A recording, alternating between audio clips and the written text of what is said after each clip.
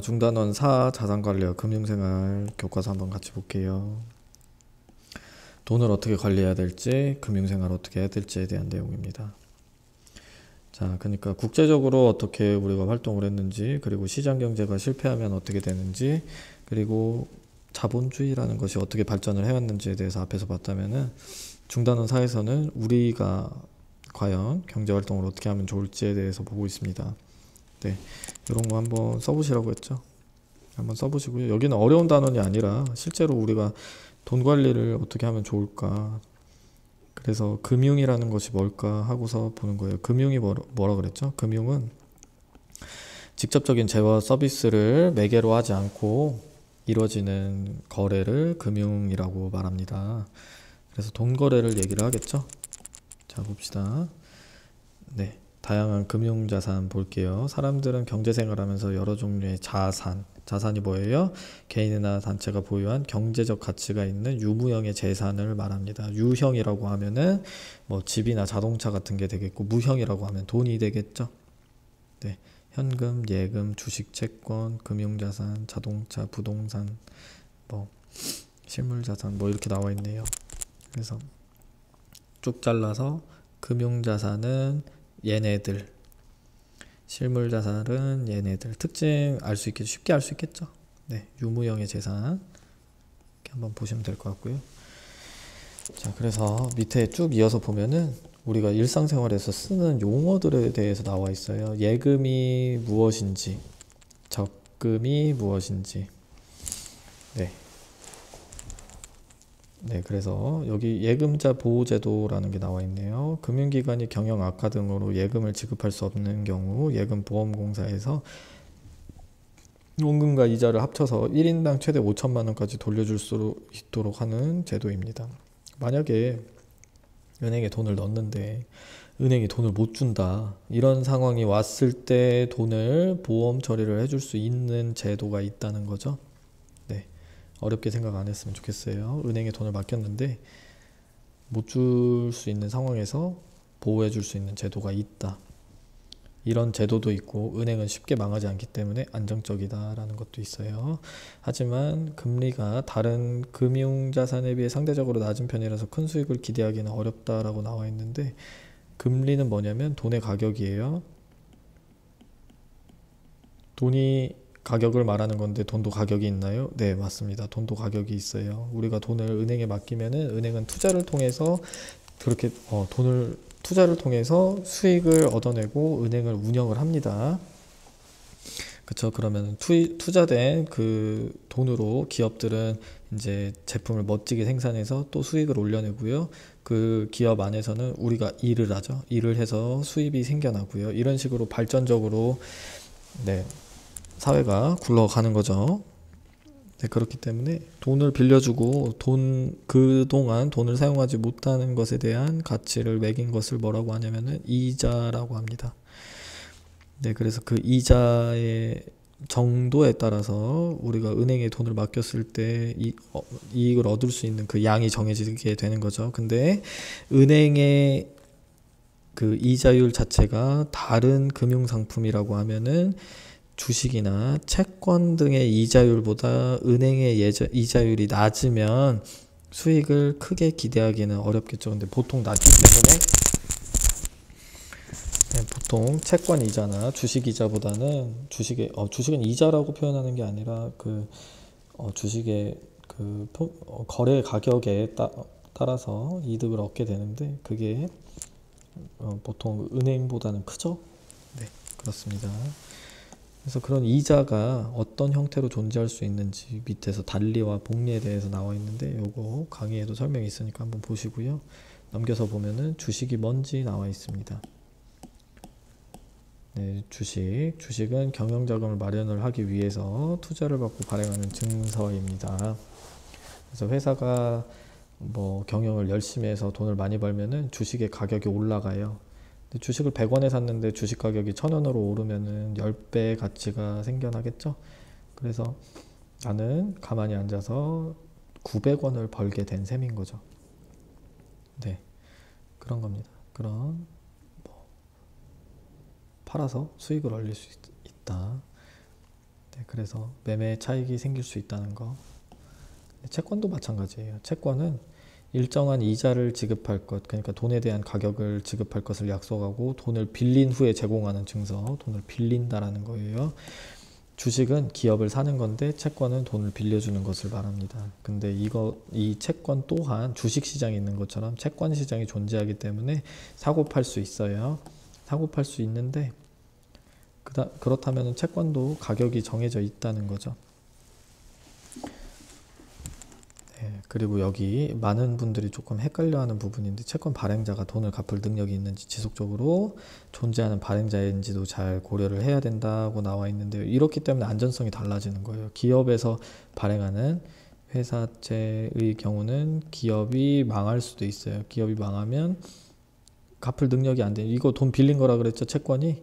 근데 기업이 돈을 빌렸는데 기업이 망해버리면 채권을 갚을 사람도 망해버렸으니까 채권도 뭐 흐지부지 되겠죠. 하지만 국가가 국채를 발행을 했어요. 만약에 국가가 돈이 필요해서 돈을 빌렸다면 국가는 망할 일이 거의 없으니까 안전성이 높겠죠.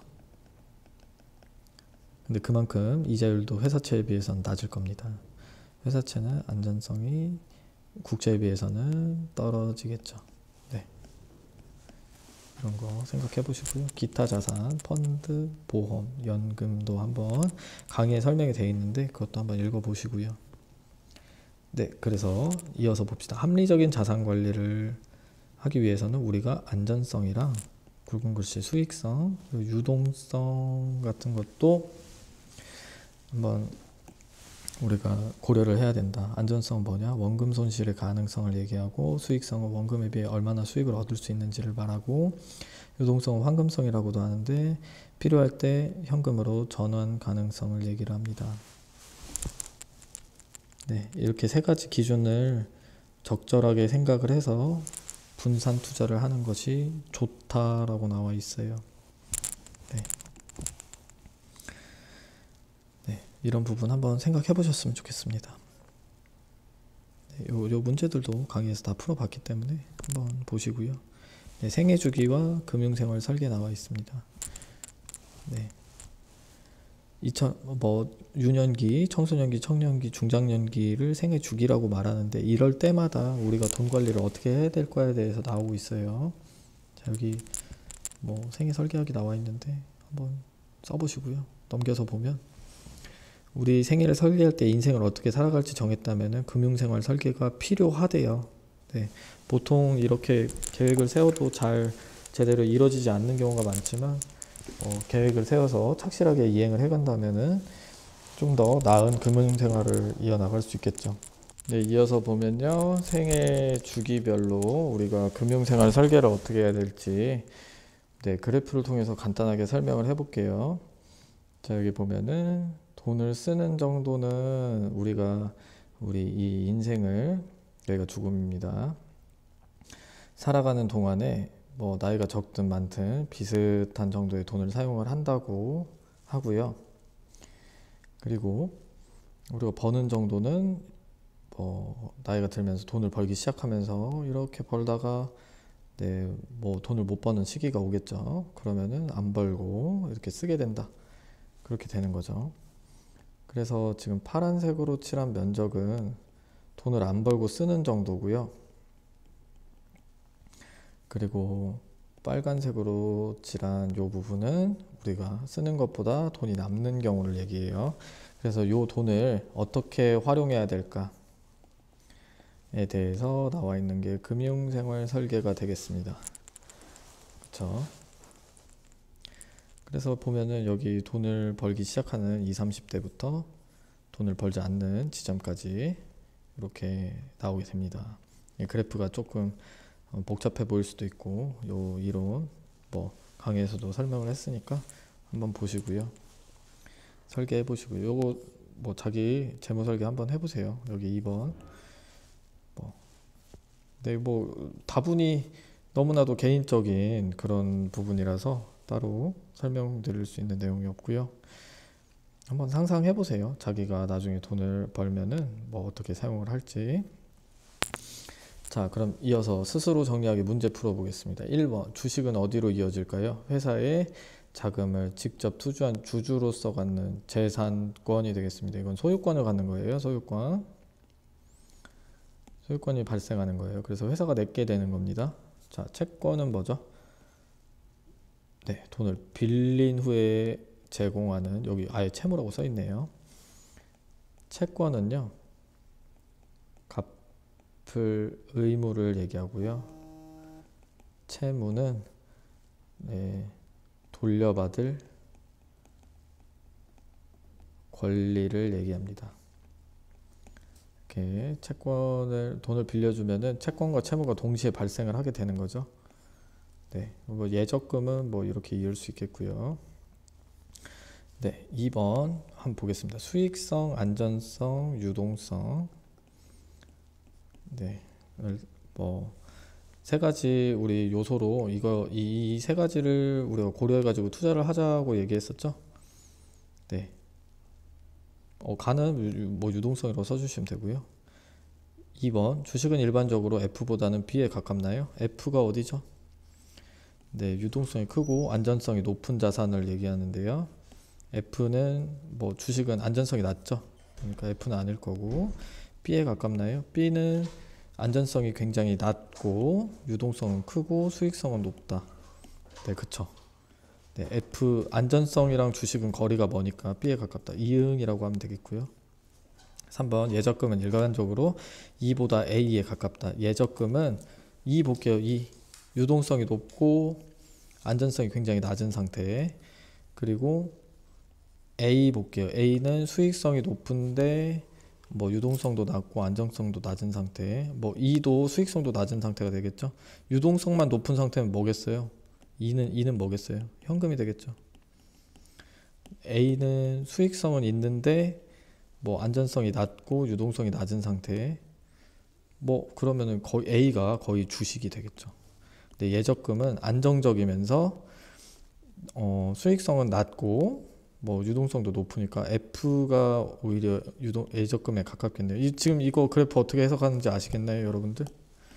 네, 이거 보는 거 너무 어려워하길래 풀어주고 있는 거예요. 자, 다시 볼게요, 문제. 그러면 예적금은 E보다 A에 가깝나? E는 수익성이 낮고 안정성이 낮은데 유동성이 큰 경우를 말해요.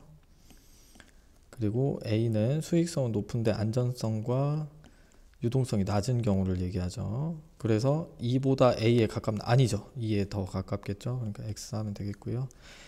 뭐 A에서 G 중에 이론상 가장 좋은 투자 자산은 A다. 이렇게 나와 있는데 A, B, C. 뭐 C가 제일 좋죠. C는 뭐냐면 수익성도 높고 안정성도 높고 유동성이 높은 건데 C가 제일 좋죠. 네, 그래서 X 하시면 될 것 같습니다.